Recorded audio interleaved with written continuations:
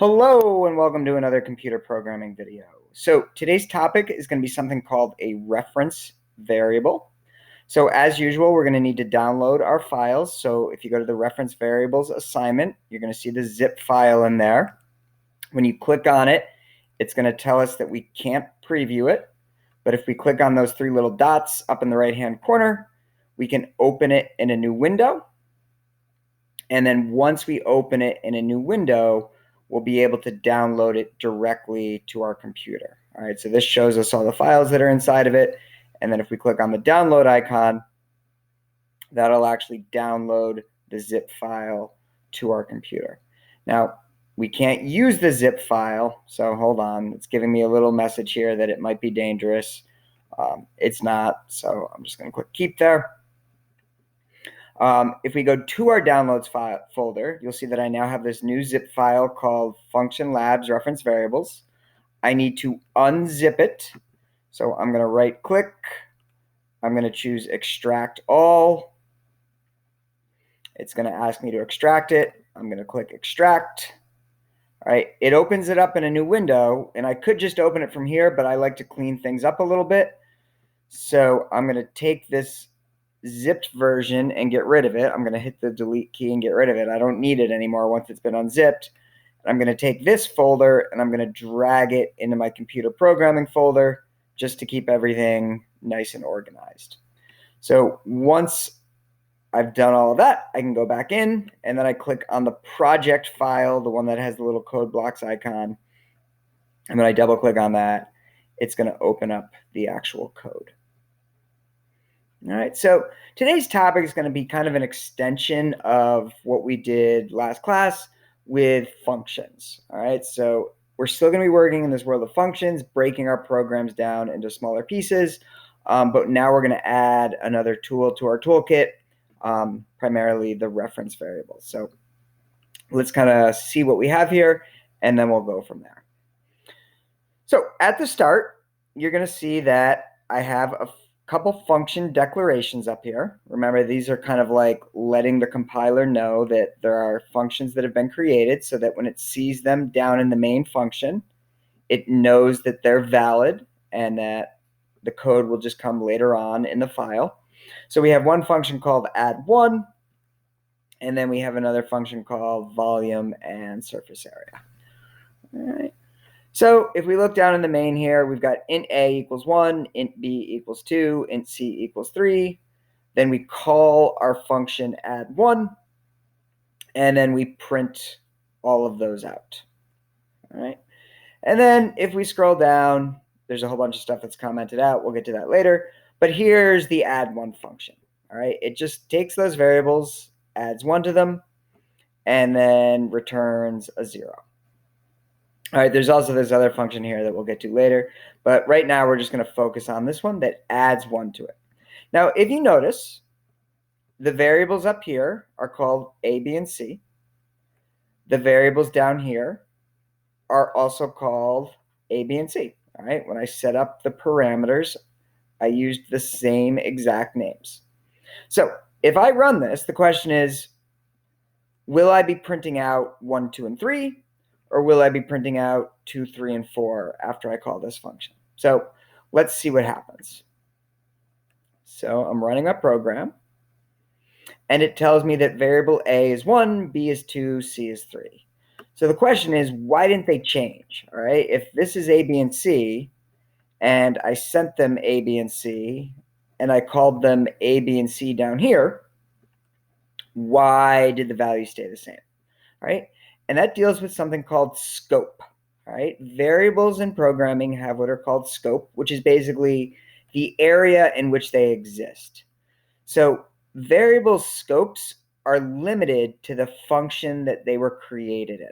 So what does that mean?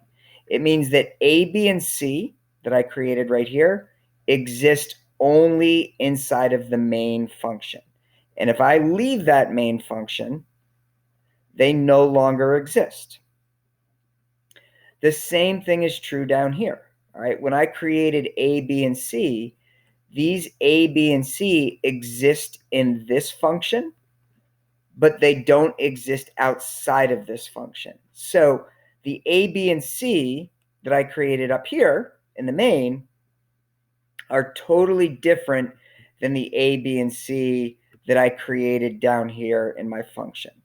Even though they have the same name, they are different variables. So when I add 1 to these variables down here, it has no impact on these variables up here. All right. If I wanted those variables to be changed, I could make use of the return statement. All right. Instead of returning 0, I could do something like, hey, return A. And then up top here, when I called my function, I could say, all right, A equals add 1. All right. So that value is getting returned. It's being stored in A, and that's the A up here. So when I print it out, A will be changed, but B and C will not.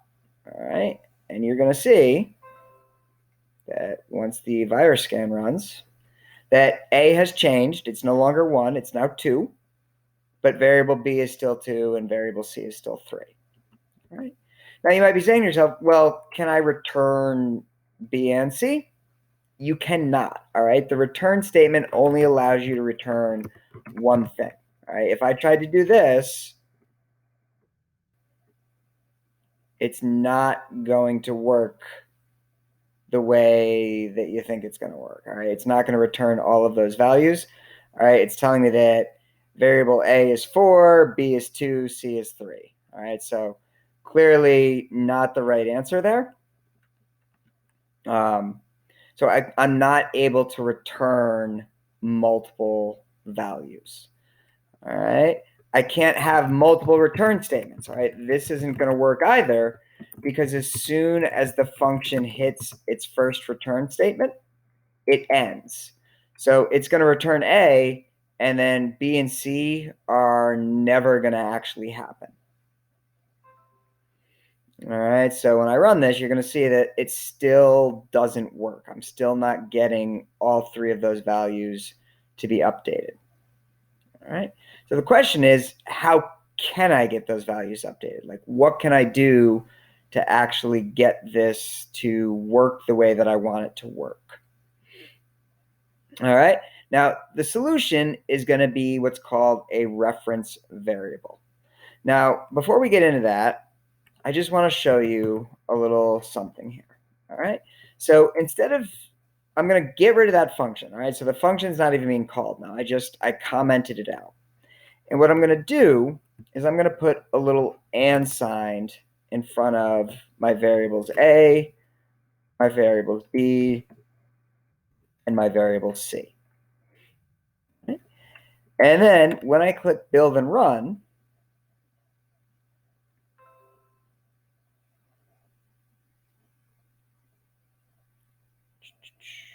you're going to see that now, instead of getting values, instead of getting those numbers, what I get is actually the address in memory where those variables reside. All right. So instead of getting the value 1, 2, and 3, this is the location in memory that variable A exists. This is the location in memory that variable B exists. This is the location in memory that variable C exists. And again, this D, F, E, E, C, this is all hexadecimal or base 16. All right, so by putting in the and sign in front of it, we can get memory addresses instead of variables, instead of the value inside of the variables. So how is that relevant? All right, well, it's relevant because if I go down here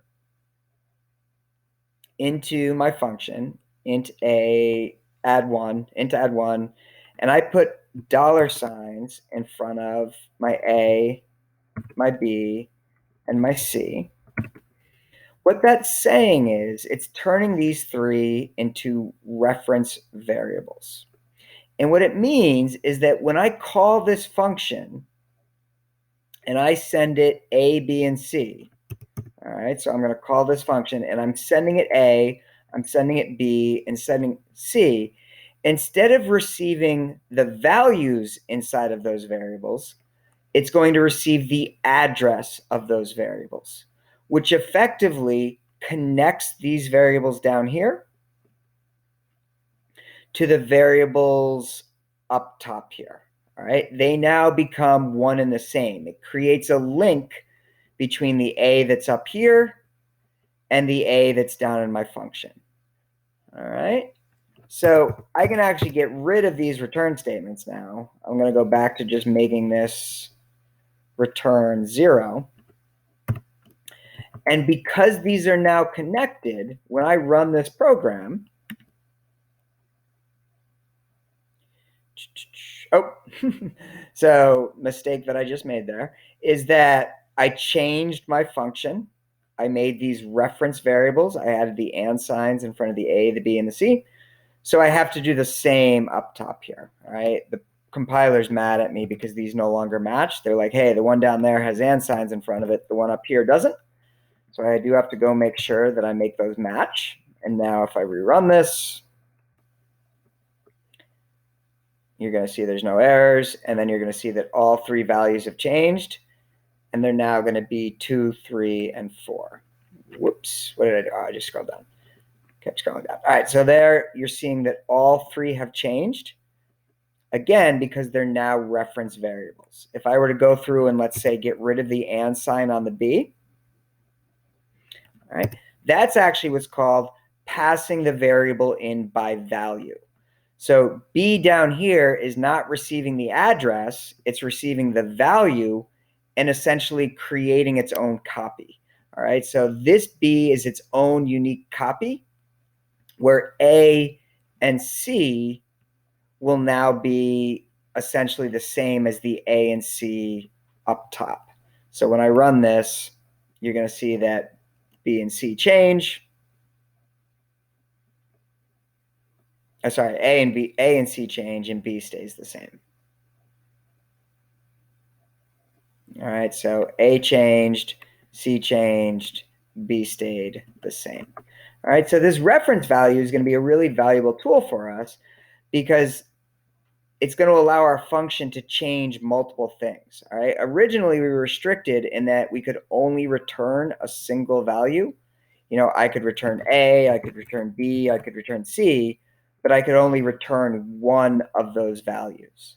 All right, by making use of reference variables, I can have multiple connections up to my main function and change multiple pieces all at once. All right, so let's take a look at this next example here. So again, I'm going to delete the comment on line 25. And I'm going to delete the comment way down here on line 61, right above the system pause and the return 0. Now, you're going to see a bunch of comments here, exercise 1, exercise 2, exercise 3, and a bunch of variables. We don't have to worry about those right now. That's the part that you're going to work on later. Instead, we're going to focus on this right here. So I've created some variables, length, height, width, volume, and surface area. And this one says, you know, enter the length, read it into length, enter the height, read it into height, enter the width, read it into width. All right. And then I'm calling this single function volume and surface area. So maybe I want a single function that's going to calculate both the volume and the surface area. All right. Here's an example where I couldn't use return statements because I need 2 values back, and a return statement only gives me 1 value back. So if we go down here and look at this function, you're going to see that it's got all these variables, int length, int height, int width, f volume, f SA, all right, and then it's doing these calculations. So if I were to run this,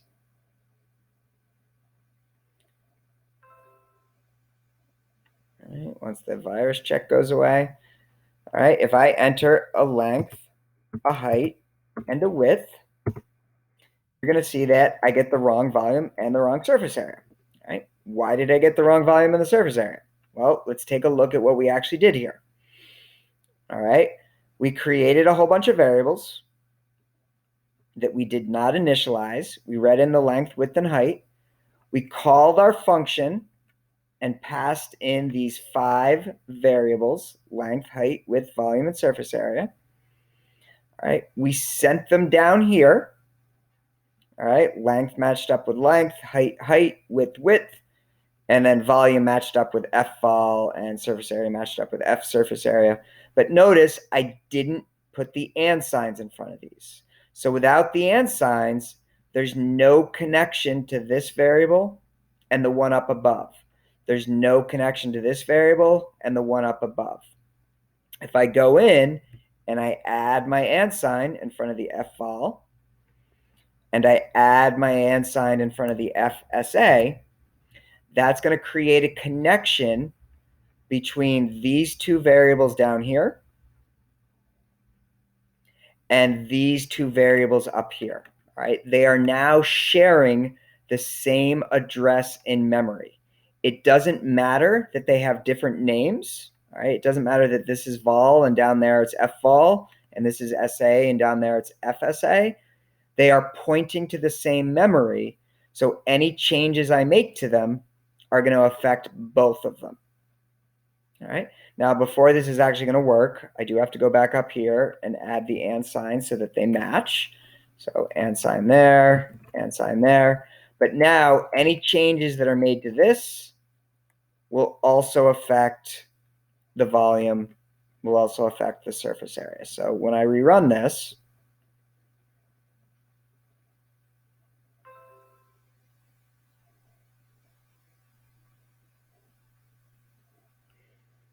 all right, if I enter a length, let's say I'll go 3, 4, 5. All right, I'm now getting the correct values. All right, so that's my correct volume. That's my correct surface area.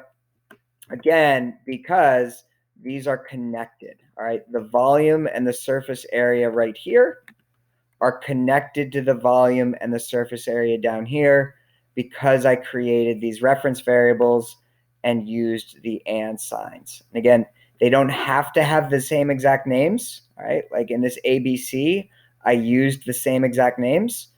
Down here, I didn't use the same exact names, and it works just the same, all right? What's important is the connection that they're, the order that they're passed in. So if I look up top here, length matches up with the first one, height matches up with the second one, width matches up with the third one, volume matches up with the fourth one, surface area matches up with the fifth one. So the first three are being passed in by value, no and signed. And again, value means that they're unique, they're separate.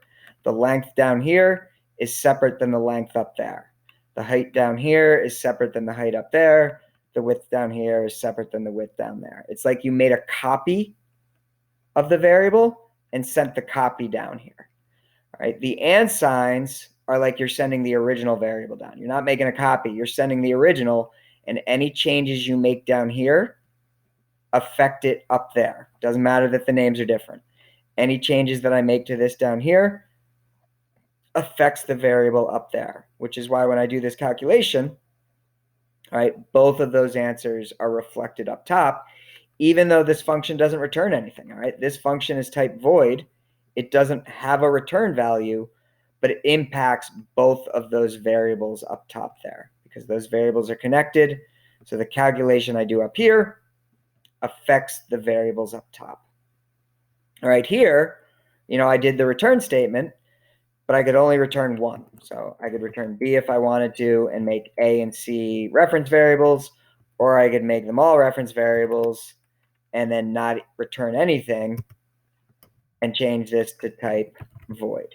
All right, it's kind of up to you how you do these when you're using the reference variable. But remember, if it's type void, no return statement. If it's type int or float or anything else, then it does need to have a return statement. And just be careful because if you start making changes down here, you have to remember to change the declaration up top here. Otherwise, you'll get an error when you actually try to compile it. All right, so now A, B, and C are all going to be changed because I made them all reference variables. And my surface area and volume is going to work for both of them. So all three of those went up. And then if I type in different surface areas and volumes, they all work. All right. So what are you going to be doing today? All right. You're going to be writing some more functions. All right. So if we look at the actual exercise, there's three tasks that you're going to be doing. One is to write a function that calculates surface area and volume, but instead of for a prism, you're doing it for a cube. So instead of needing a length, width, and height, you just need one length, and you're going to use that one length to calculate the volume and the surface area. So the first one is super, super similar to what you already have. You just don't need a length, width, and height. You only need a side length. All right. The second one is going to be a function that flips the values that are being stored in two variables. So for example, if A has a 5 in it and B has a 2 in it, your function is going to flip those two variables around so that A now has the 2 and B now has the 5. And then last but not least, you're going to write a function that takes in a number and then determines whether that number is positive or negative and whether it is even or odd. All right, so if we go back to the code here, you're going to see that I've already created some variables for you. So in exercise 1, you have a variable called cube, you have a variable called cube SA, you have a variable called cube vol. So this is where you're going to store the length of the cube. You're going to ask them to type it in, you're going to store it, and then these are what you're going to use to actually calculate the values, but you're not doing it inside of the main function. You have to create a separate function down here that uses reference variables so that you can store both the volume and the surface area. All right, the second one, there's your A and your B. So you're going to set A to a value, you're going to set B to a value, you're going to call your function, and then you're going to print them out to make sure that it actually flipped them. All right, and then here's the last one. This is where they're going to type in the number. All right, these are your string variables, even, odd, positive, and negative. So you're going to have your function, and then down in your function, you're either going to set this to the word even or to the word odd. You're going to set this one to the word positive or the word negative. And then after you call your function, you're going to print out the results and see everything that's there. All right, so that's what you're doing. You're kind of writing a whole bunch of different functions. All right, you're going to write all your functions down here. Don't forget to add the declarations up top. And then this code, it's up to you. If you want to comment it out so that it's not running, you're welcome to do that. If you want to leave it there and not comment it out, I don't really care either way. If you decide to comment it out, right, you want to start right below the int main. So right here, I'm going to do /*. And then I'm going to go down here, and I'm going to end my comment right before this exercise 1. So */, and then the rest of your code is going to go down here. And again, when you're doing exercise 1, it's pretty much exactly like this one. It's for a cube instead of any sort of prism. So you don't need to ask for a length, a height, and a width. You just need that one cube length, and that should be enough to perform all the calculations. All right. As usual, there is an example of what your output should look like. So yours doesn't have to look exactly like this, but in the functions lab, there is a picture attached there. Whoops, wrong one. There it is, reference variables. So again, you're going to be asking them to type in a side length. It's going to print out the volume and the surface area. You're going to have those two variables that you set to some value, and then your function is going to flip those so that it changes them around. And then you're going to ask them to type in a number, and it's going to tell them whether that number is negative and even or positive and odd or what have you. And note that these are the variables. So like I'm printing out the sentence, but then this is a variable, this is a variable, this is a variable. So I'm printing out those variables to get the actual final answer. All right. So that should be enough to get started. If you have any questions, let me know, and we'll go from there. All right. Best of luck.